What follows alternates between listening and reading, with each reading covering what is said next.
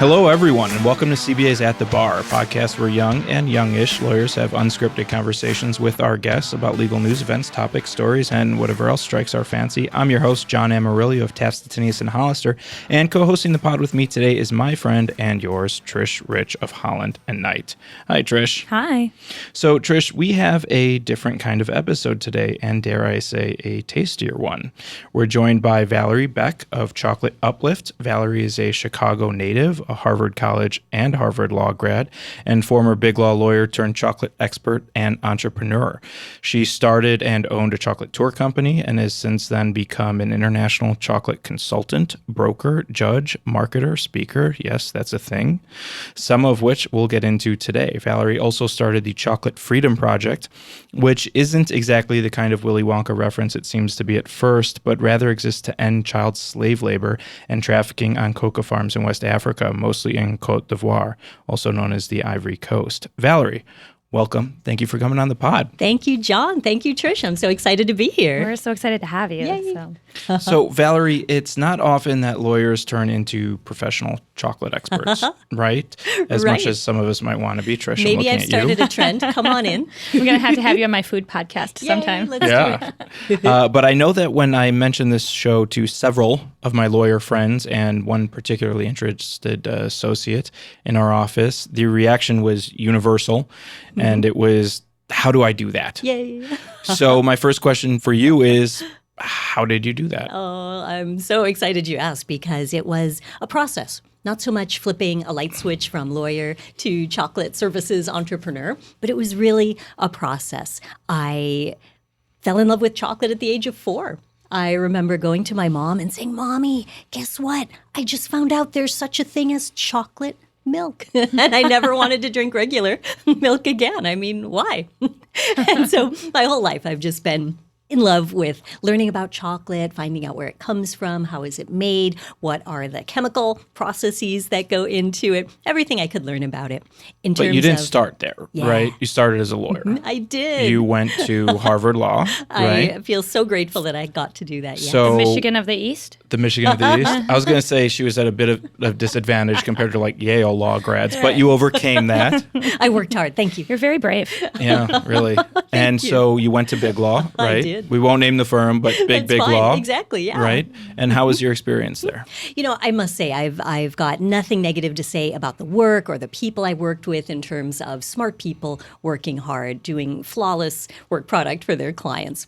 That said, I kind of felt like I was in a white-collar sweatshop in that I just really somehow was not able to set boundaries between my work and my life, my What are those? work and my sanity, right? How do you say that word? A boundary? I don't know how to spell it. I don't know what it means think it's exactly. I French. couldn't do it. It's français. Voilà. What kind of law did you practice? Corporate finance and M&A, so corporate transactions. I remember one deal we were on, oh my goodness, the partners would send us home to sleep in shifts. Wow. We'd have 20-hour days sometimes. That seems necessary. Completely necessary. It was great. Yeah. Yeah. I don't know why people are so concerned about lawyer wellness. I don't I understand. don't get it either. So you said, forget all that. Yes, I said, I need to save my life and find the exit. Exactly. It's not an overly dramatic statement. If you Thank look at you. the law, We can all relate to that, right? Yeah. So when I was 19, I had this idea that I didn't act on until I was 35. Wait, that would make me, never mind. So in any case, I was studying abroad as a college senior, and I fell in love with the chocolate shops of Paris. Who wouldn't? And I thought, wow, wouldn't it be fun if I could create a business that would take people on a tour and let them learn about artisan chocolate and fair trade chocolate and, again, the processes and the history. Yeah, but we all have ideas like that. None of us actually Yeah. go through with them. I guess I was just more desperate. Okay. Yeah. I had reached my rock bottom of desperation. One of my final straws, you might say, of many, many final straws, was falling asleep on a date. Oh. Yeah, I was amazed I even had a date. I don't know how that happened because I was never out and about to meet anybody. So how did the second date go? Trish, I'm so glad you asked. There was none. Really? I know. Surprise, right? The poor kid probably still isn't right. I feel very, very bad for him. Well, to be fair, you have provided him with a lifelong worst date story. So I feel grateful I could supply that. I kind of feel like if I was the guy on that date, I'd just keep it to myself, though. Yeah. Yeah. I wouldn't say much about me. Oh, male ego needs some love. That's okay. Yeah. If we ever do a pod that's the on, thing. Exactly. if we ever do a Exactly. pod on terrible first dates, I don't even think we'll need a guest. It could just be me and you. I'll just interview you. Yeah. I can't wait to listen. And I thought, why don't I just go back to that idea that I had when I was a study abroad student? Why don't I really try to make it work? I thought I've almost literally got nothing to lose, because if I don't make a change, nothing will change. So did you start working on your chocolate company while you were still at the law firm? I left that firm and I tried to do what I think is called downshifting, going to a firm where I could have a little more control over my life. That myth seemed to not turn out to be reality.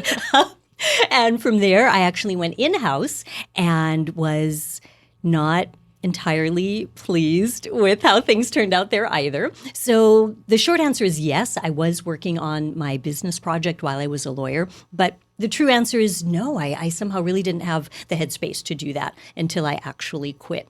And so I did a little bit of contract work, which, oh my gosh, that could be a whole, separate book or a novel or podcast or something. But it at least gave me, again, the headspace to just really focus on the business. And then the final thing that I did in the law that actually was, kind of a godsend at its time. At that time, at least recruiters would call everybody, not just me, but it was a thing. I don't know if it still is. And one of them called and I said, I'm not looking to go back into a firm, but I asked her, do you ever have strange little jobs that you can't fill, like where I could work from home and do it at odd hours? And do you have that? She said, funny you should ask. And so I ended up writing blurbs for a firm that was starting a new website on some of the cases that they had won. And so I was able to do something in the law from home, have time to work on my business.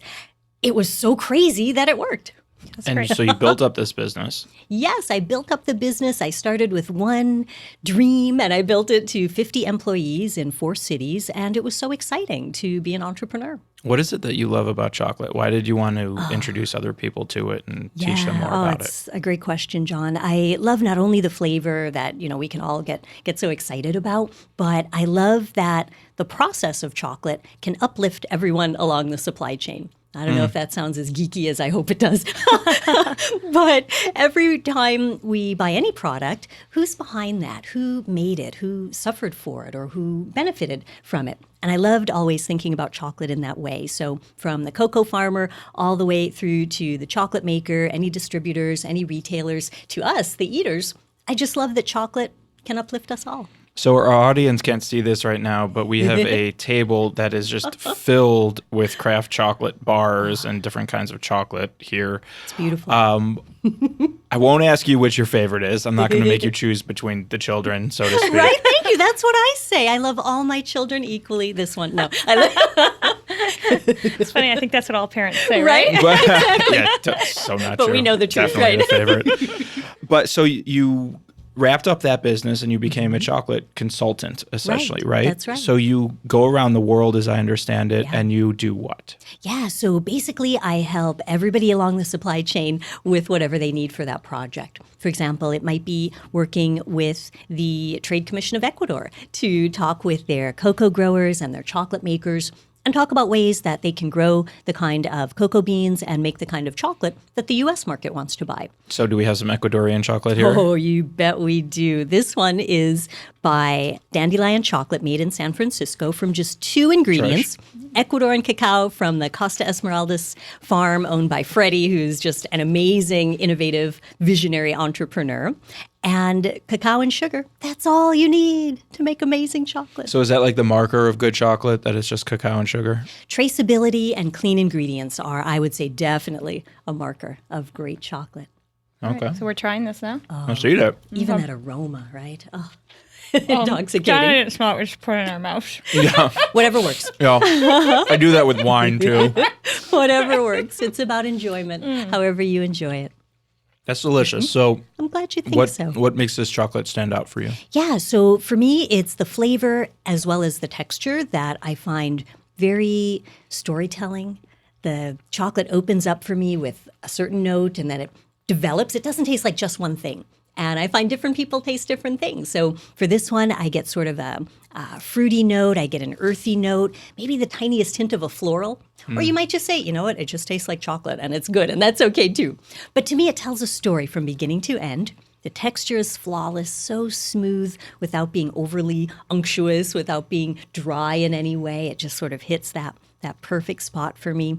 And again, I love to read the label and see 2 ingredients. I love to see the cacao country of origin printed right there. Ecuador, Costa Esmeraldas. This is traceable. We know where it came from. Okay, Just so like with wine. traceability is like appellation, essentially. Yes, that's a perfect way to look at it. Okay. Absolutely. Like if you bought a bottle of wine and it just said wine. Right.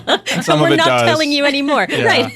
Right. And you evaluate that wine in a different way from Right. one where you see the estate. Sure. So identifying the country of origin and possibly the estate, would you Correct. say that for those in our audience who want to learn how to Yes. pick chocolate better, that those are important markers? Yes, I would say that's a crucial thing to look for, the cacao country of origin, remembering that cocoa beans do not grow in Switzerland, Belgium, or Hershey, Pennsylvania. Which we'll come back to Hershey, Pennsylvania. It's a in beautiful bit. town. So the thing that struck me most about this piece was the texture. I mean, it's just incredibly smooth. Thank you, Trish. Yes, it's, again, got this creaminess, yet with no milk, with no dairy. So what are the 2 ingredients again? Did we say? Yeah, it was cacao and sugar, cacao right? and sugar. It's all you Pay need. attention, Trish. Oh, she's savoring. Yeah. Sorry, I got distracted by the food. Yeah, fair enough.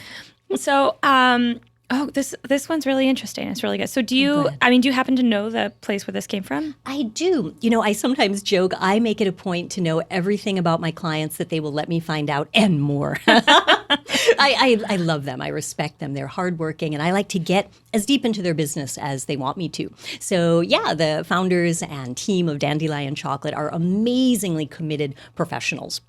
They go to the source. Greg, for example, is their chief sourcer, but it's called sorcerer. Because it's magic, what they did there. right? You There see you what go. they did there, yes. And so he goes personally to all of the farms where they source cocoa beans to see with his own eyes what's happening there. And so I love, again, that level of commitment. They just opened, Dandelion Chocolate just opened a new 35,000 square foot facility. Now, for a big brand, that's, you know, a closet. For a small batch brand, that's huge. And so I'm just so proud of them for, again, committing to their craft, to building, to growing, and making this incredible chocolate. So you go to these countries and you help teach the growers how to better grow sustainable and high quality cocoa, right? You know, you're imputing almost way too much to me. I talk with them about maybe flavor profiles that U.S. buyers might be looking for. But yeah, I do what I can do to help them. I don't pretend to be an expert in terms of the agricultural knowledge that they've built up over generations. But yes, I go, I talk with them about what the trends are in the market and how can they meet those trends if that's their goal. What are the trends in the chocolate market? Yes. Oh, it's a great question. So what we're seeing on this table that, I wish everybody could come and help us, although now we've got more for No, us, it's more I guess. for us. Yeah, that's fine. Help us eat it more for Let's us. start eating more. Well, one trend is different notes in the cocoa beans. So again, when you eat the chocolate, do you just taste chocolate? That's okay if you do. But does the cocoa bean want to tell you another story? Does it want to tell you a story of earth, of grape, of tobacco? Just like in wine again, and coffee. Yeah, you can taste all these flavors that are in the grape, that are in the coffee bean. Same thing with cocoa. So letting the cocoa bean tell its story, looking for those fruity, earthy notes, those are really popular. So which chocolate bar here is talking to you? Oh boy, I have the voices in my head. Oh dear. They're all telling me a great story. For example, oh my goodness, what have we got open and ready to go? Oh, the one here from Chocolatl with the nuts in it. This uses cacao from Peru. And there I get almost a little bit of a jammy, grapey sort of a note, almost like wine. interesting. In fact, yeah. Let me just fact check you here for a minute. I think it's very Check that important out. to try.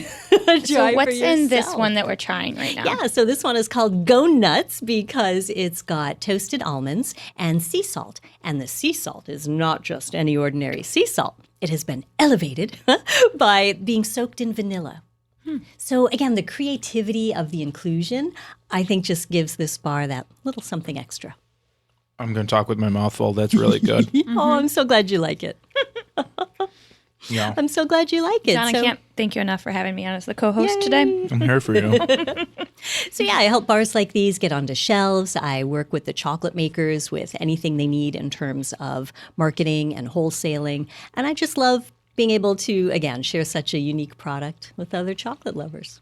So for people that, are newbies at this, myself included, can you briefly tell us, the story of a cocoa bean? Like how it got from Peru, in this case, to being in front of us? From bean to bar, you might say. Yeah, exactly. Oh my goodness. So cocoa is a fruit.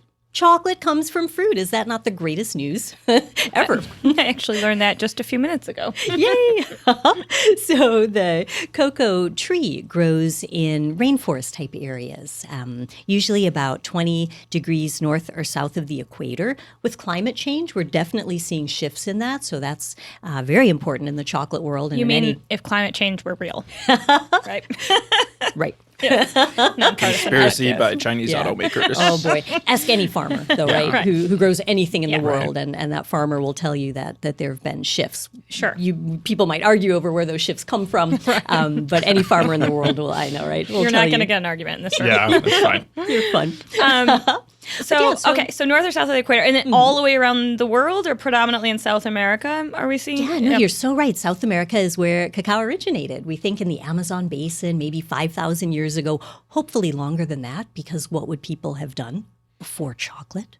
It's a terrifying thought. Very sad lives. Very sad lives. I think it explains the Middle Ages and the Inquisition. They didn't have chocolate. Well, I guess they had chocolate by the Inquisition, didn't Well, they? I sometimes think, though, my goodness, our poor friends and ancestors of Europe, before they took over and brutally colonized South America and had no chocolate. It's a terrible story in many ways. But Hot chocolate take, imperialism is bad. We know. But yeah, chocolate grows on cocoa trees. You harvest the beautifully colored cocoa pods, open it up, take the seeds from outside of the fruit. Now the seeds must be dried and fermented to really start unlocking the flavor. It's cool, by the way, right, that chocolate is a fermented food like beer and wine and bread and cheese and all the delicious A lot of things parallels we with love. alcohol. Yeah, it's true. You are speaking my language. I do. The more you compare it to alcohol, the more I understand. Oh, I'm so glad. Yay. So yeah, after that process all happens on the farm, now the beans are ready to leave the farm. We call them beads, but they're a seed. They're the seed of the fruit of the cocoa tree. Now they're ready to go to the chocolate makers. And if we're talking about bulk West African cacao, there's so many steps in between. If we're talking about the type of specialty cacao that goes into the bars we have on the table here, it's direct trade. For example, the team at Chocolatl, where we just tried the nut bar, the team at Dandelion, where we had the Ecuador bar, they buy direct from the farmers. And this is actually revolutionary in chocolate. This is part of a new supply chain, not traded on the New York and London stock exchanges like bulk cacao, on the commodities exchanges like bulk cacao, but this is direct trade. This is chocolate maker and cocoa grower saying, let's do business. And so, like so many other industries, they ensure the quality by staying small.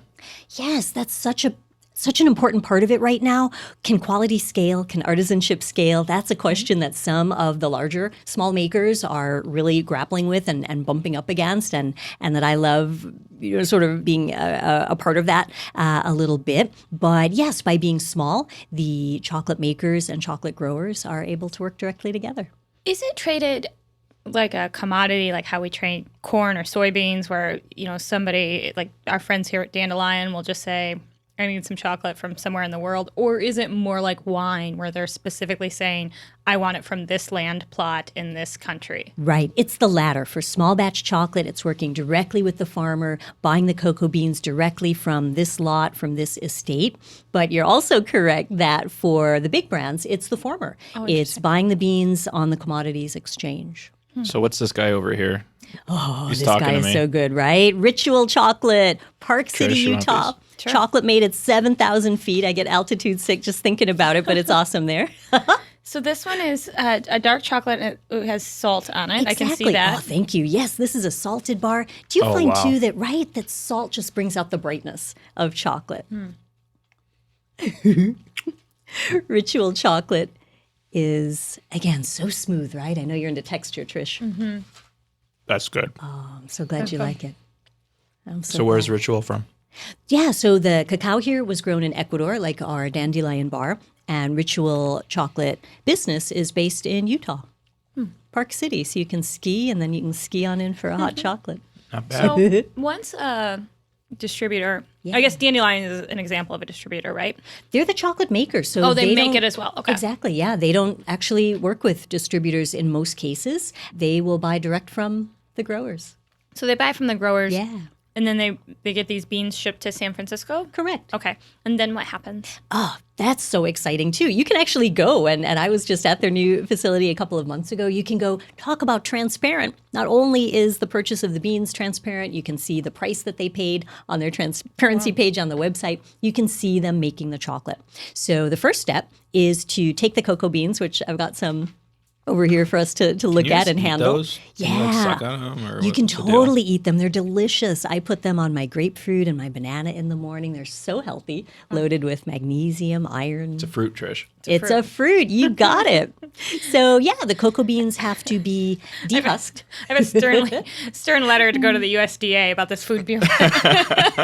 There's so much that can be done. But yeah, the cocoa beans will now at the chocolate company be dehusked and cracked into the smaller version that I have here, the cocoa nib. And then once the cocoa beans are in small enough size, they're ready to go into the grinder. And this, to me, is so exciting because the amount of time and the temperature of friction at which the cocoa beans are in the grinder. Picture like a stone grinder, and the beans have got friction and heat as well as movement. The chocolate is going to liquefy in a sense, and depending on the time and the temperature, different flavors will emerge from the cocoa beans. It's so exciting. Yeah, that's very interesting. So, for example, a bar like we just tasted will be in the grinder for 3 to 5 days nonstop. And it's moving that whole time? It's moving that whole time. And that's when they're putting any flavor infusions in, if they're You going to could have any. absolutely do that at that time. That's right. Like if you wanted to add raspberry, if you wanted something to be just so smoothly blended in that you couldn't see it or crunch it, but it was just really mixed in. For example, matcha tea is a big trend to do that with now. That's pretty fun. You'll add the sugar, and then you're ready to take the bar out of the grinder. And now, oh boy, you can get as technically crazy as you want to. Some chocolate makers will pretty much go straight to tempering the chocolate, that is getting the molecular structure solid in bar form. And they're almost done. But a brand like Dandelion, since we're talking about them, has now got all manner of different machines to get the micron size of the particles so tiny that you get that wonderful smooth texture. It's super interesting. Yeah. I'm glad you get kind of geeked out on this too. I think it's fascinating. It's so interesting. So then in my mind, I think, and I did grow up on a farm, but unfortunately not a chocolate farm. Oh, exciting though. In my mind, the next step would be pouring it into some sort of mold or something. Yes, exactly. And I forgot to mention the roasting, by the way. Oh my goodness, that unlocks so much flavor as well. So the beans are roasted and then ground, go through the other machinery and equipment as needed. Tempered so that, again, that molecular structure is just right. If you've ever melted chocolate in the microwave and tried to get it to stick on a strawberry and you just kind of end up with a mess, that's because the chocolate is out of temper, just meaning that the molecules aren't lined up in a way that they'll stay stable. So anyway, that happens. And then, yes, we're ready to mold the chocolate into the traditional bar form, or we're seeing some makers get kind of radical. I mean, if you think about it, chocolate bar is very handy and we're very used to it. But why? Why the chocolate bar? We could have a chocolate round, like Taza chocolate right here. We could have a chocolate pentagon. We could have anything we want. But yes, now you mold the chocolate. Some chocolate makers now, Trish, you're into wine. You love this. Some chocolate makers will age the chocolate. Oh, that is so interesting. Right? Because different molecular flavors will actions come out are still happening. Different flavors will come out. That's interesting. I find it so fascinating as well. The chocolate will be wrapped. Most of my client chocolate makers wrap by hand because they're very artisanal, small batch makers, correct? Dandelion, since again we're talking about them, has got a really cool machine that they call Hansel. I've met Hansel hot right now. I've met Hansel. He's a great dude. But yeah, the bars will be wrapped. And by the way, the paper that you see from Dandelion, if you touch it, you can tell, I think it's not paper, it's cotton. It's upcycled Indian textile. That's fascinating. Sustainability is another big word, right? So Traceability. how much did this chocolate bar cost you? Yeah, so this is a $9 chocolate bar. Yeah. Which is probably a perfect transition. We're going to take a break there, eat some chocolate, and Yum. we'll be right back.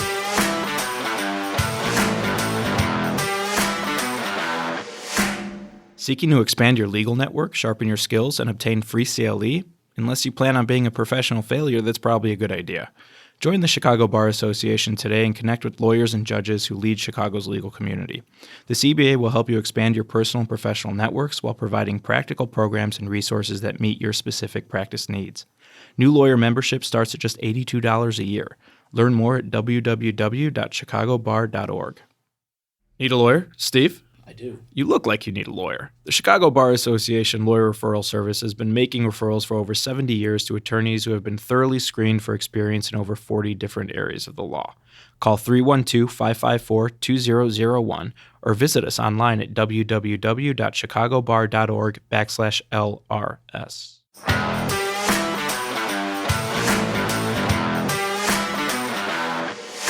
So right before the break, I asked you how much this chocolate bar cost, and you said $9. That's right, and it's a bargain when you look at what goes into it.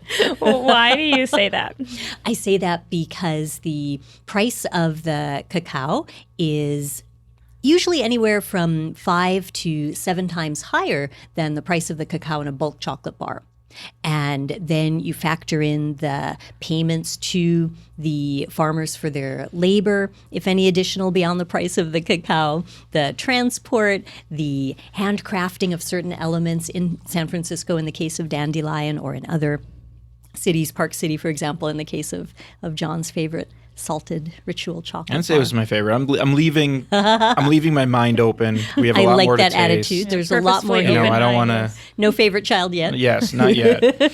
So that reminds me of the Washington Post article that ran a couple of weeks ago, and I think it was entitled "Coca's Child Laborers," That's which right. talked about the problem of child slave labor and trafficking in coca bean production, which you've been hinting at throughout the conversation.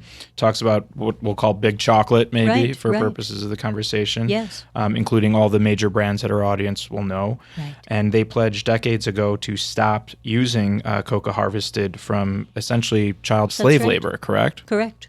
And it talked about the really appalling conditions that exist mostly in West Africa, right? That's right. Oh, it's heartbreaking. So why don't you tell us and our audience a little bit about that, because this was all news to me. Right. Thank you so much for asking. It's a problem that's been going on since almost the dawn of industrial chocolate. And what we know is that 2.1 million children are working in hazardous slave-like conditions in mostly Ivory Coast, as you said, mostly Cote d'Ivoire, also other parts of West Africa. How do we know it's 2.1 million kids? Because the United Nations and Tulane University went in and counted. And they were given permission to do this by the Ivory Coast government, who also, sort of co-sponsored the report in a sense. So the point is Oh, they weren't trying to bury the story. the point is that everybody in the chocolate world knows about this and talks about it. And yet the story is just starting to come out to the public, even though some of us have been, do you have like your soapbox issues, things that you're sort of always, just very passionate and concerned about? And that's how I've always felt. But yes, so children are not going to school, and in many cases they don't live with their parents. In some cases they're paid a few pennies for their work, but even the farmers to whom they're enslaved make only $2 a day or less. So in some cases the children are not even paid for their labor. So when we look at the price of a chocolate bar, if we take the, say, $1 or $2 commercial bar as our baseline, is that really fair when that price is based on slave labor? So I again compare it to wine, as I know Trish is a wine connoisseur. What's the best bottle? You're overstating my expertise. Oh, well. But consumer, certainly. Consumer is important. As someone who drinks with Trish frequently, I can testify to that. Consumer. Go team. Yeah. So what does the best bottle of wine in the world cost? Is there even a price on it, right? Mm-hmm. And what's a really good bottle of wine cost? Like, I don't know, you can get a decent bottle for $15, right? And you drink it in a night and then you need another. Whereas here we can get some of the best chocolate in the world for $9. And that's why I say it's a bargain. So why are the companies, other than the obvious, which is the price point, Yes.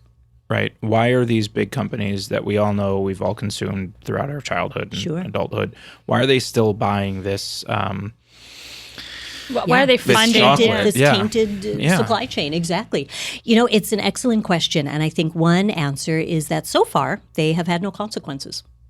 Actions have consequences. So just not enough social pressure. Not enough social pressure. As the Washington Post article that you referenced pointed out, nobody's been fined for using child slave labor in their chocolate. Nobody's gone to prison for using child slave labor. So there have been almost literally no consequences. Can we back up just one second? I'm just going to eat some of this in the meantime as comfort chocolate while we're having this very depressing conversation. Just drown your sorrows. This chocolate is saving the world. This is the good stuff. How are these children coming to these farms in West Africa? How is that happening? So there's a lot of trafficking going on. And a friend of mine who's from Ghana told me that everybody locally knows this one intersection in her hometown area where you can basically buy and sell kids.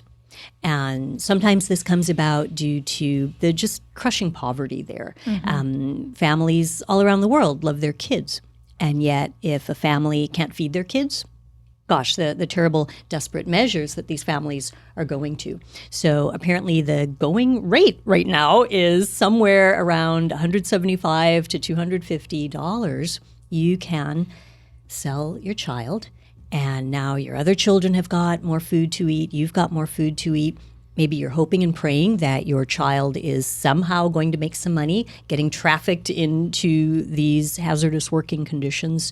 But yes, trafficking is a big part of it. It's very poverty driven.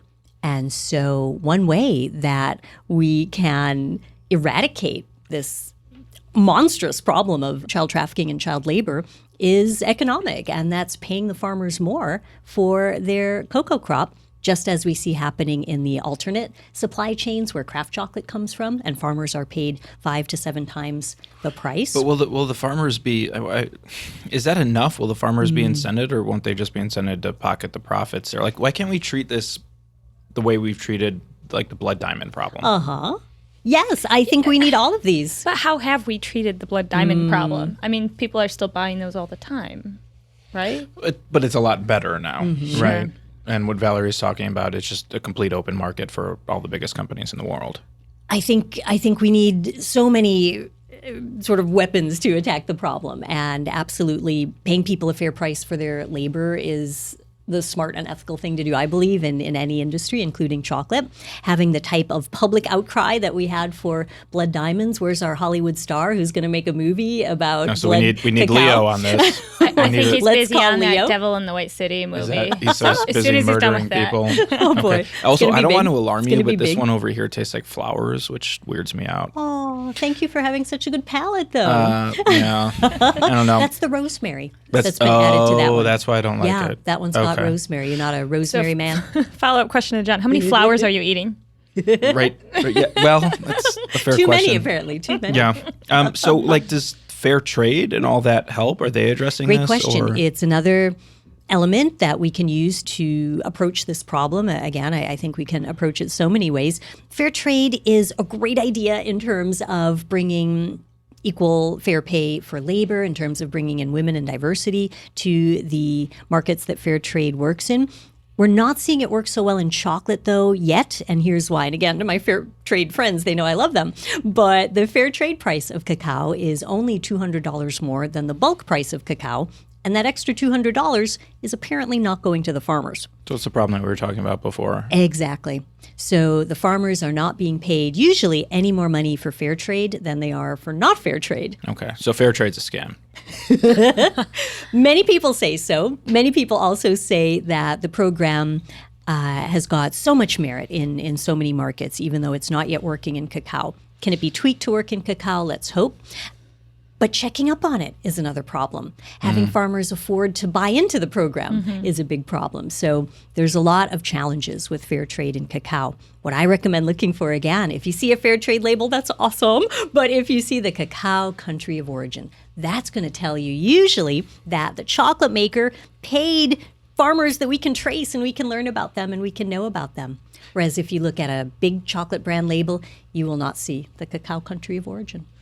Interesting. So isn't there any government regulation on any of this? And what does that Great landscape question. look like? Yeah, that landscape is very deficient. So back in 1997, there were 2 U.S. senators who wanted to address this, and they Was Ted Kennedy one of them? It seems like a Ted Kennedy It project. does seem like, but it wasn't. It was Harkin and Engel. Oh, interesting. Yeah, but maybe Kennedy was on board the team, and so yeah, I think of him for all these so many good works. You're right.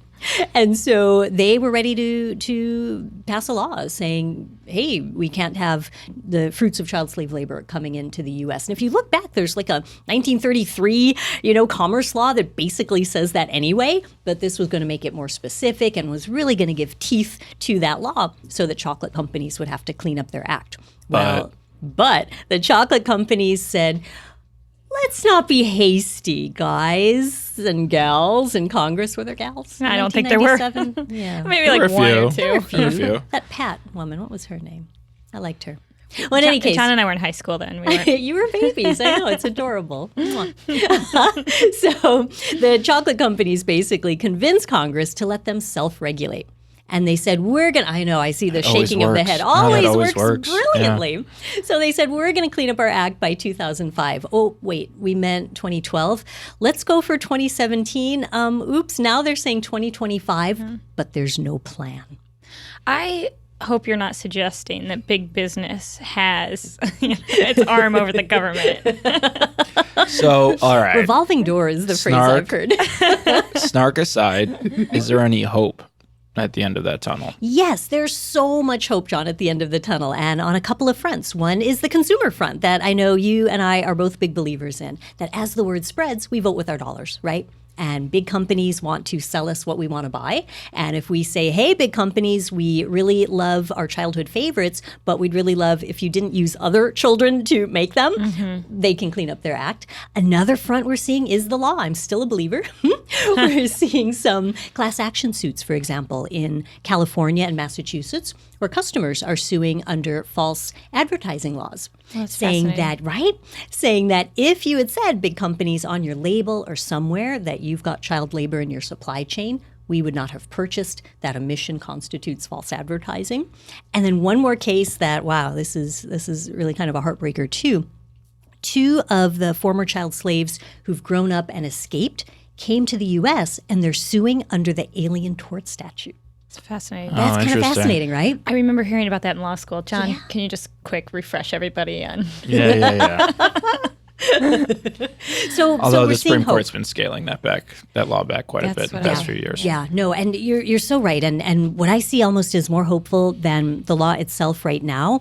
The law it's a weather vane of public opinion. Right. And it lets people know what's going on. And as more and more people say, hey, we want to see change, the law will join us. And on that pro-law note, we'll take our next break.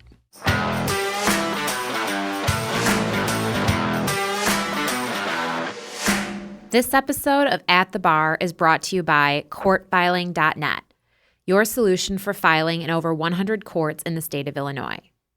Courtfiling.net provides a better e-filing experience, focusing on speed and ease of use in the e-filing process while quickly addressing the pains that can arise from a newly mandated process. Courtfiling.net is affordable and offers 24/7 phone, email, and chat support. Visit us at courtfiling.net to take advantage to receive 30 days unlimited free electronic filings and see why it's the best solution for your firm. Let courtfiling.net worry about your e-filing so you can get back to taking care of your clients.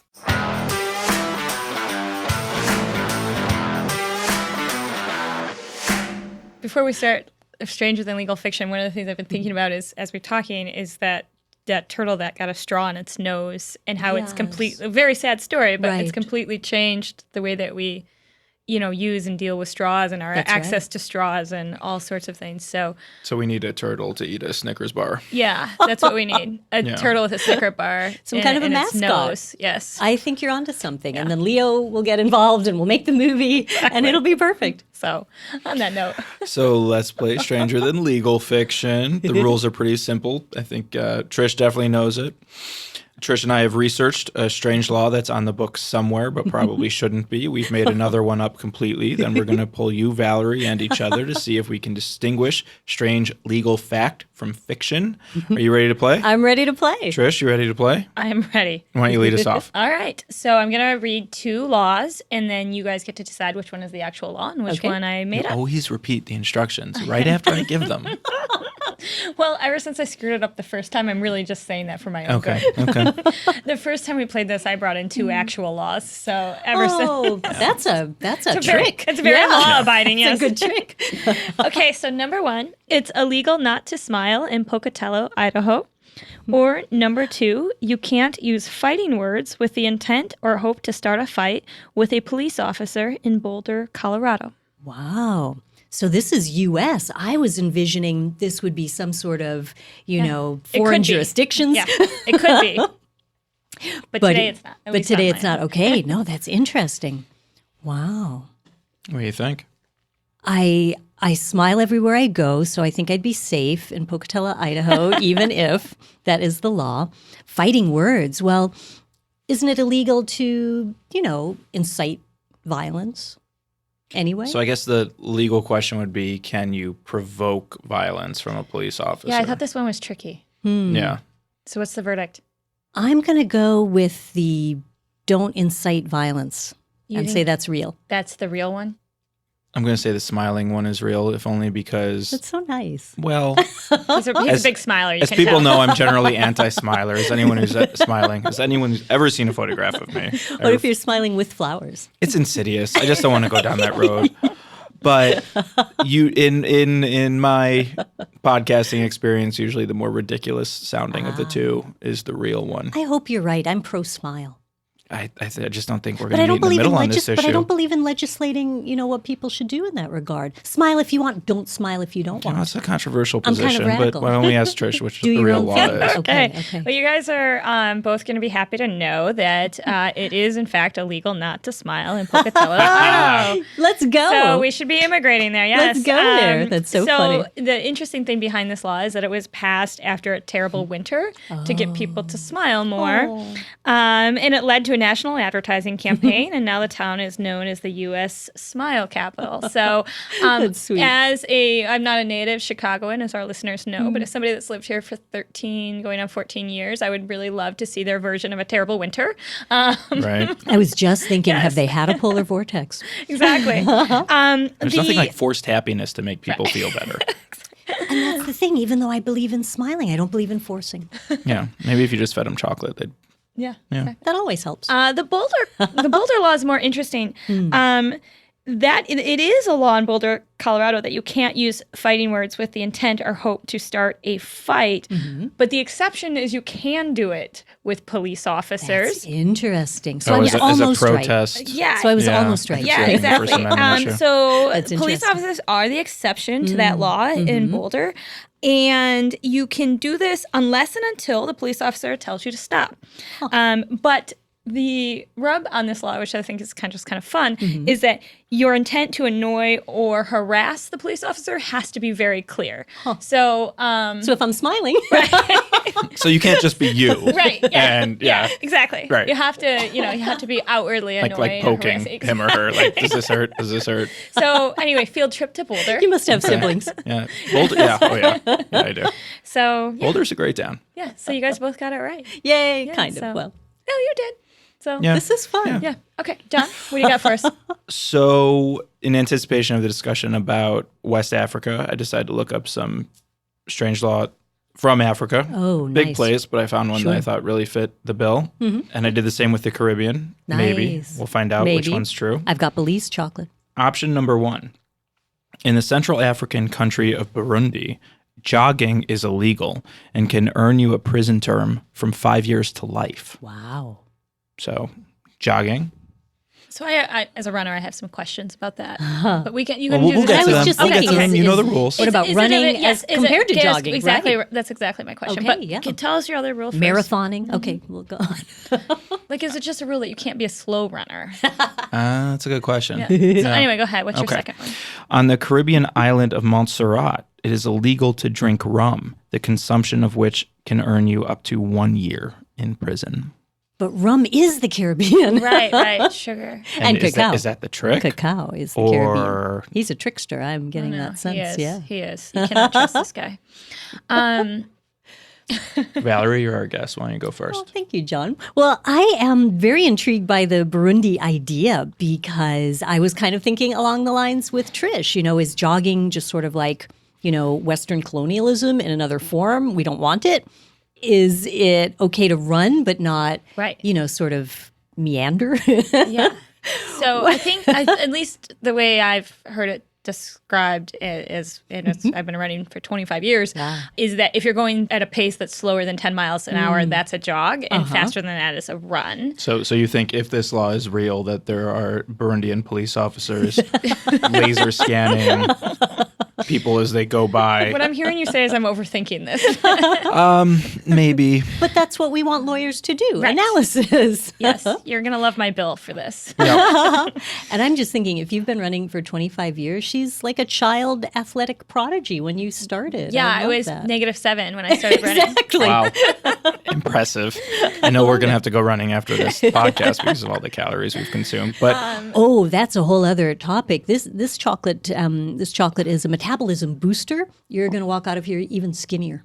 That's that is excellent just, that news. made my day. Yay. All right. We have so much more to eat then. Right? Let's get on it. I think the Burundi law, there's a whiff of authenticity to me about that somehow. Yeah. Yeah. Trish? I think I'm going to go with the rum.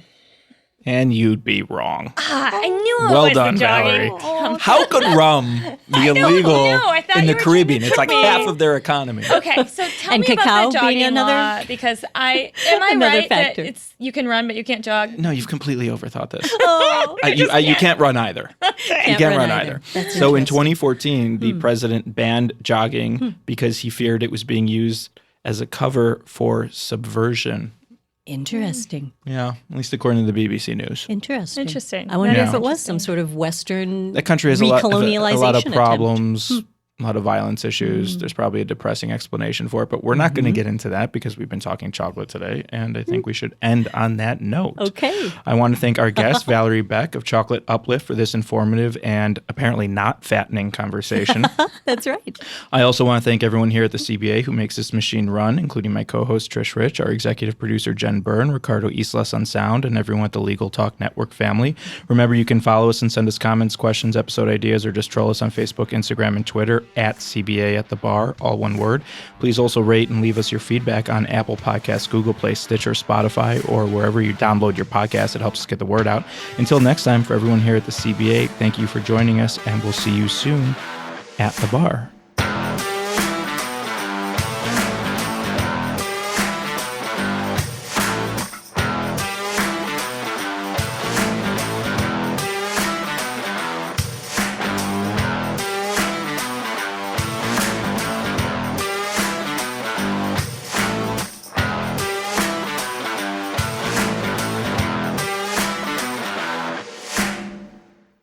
So what are we doing with all this extra chocolate?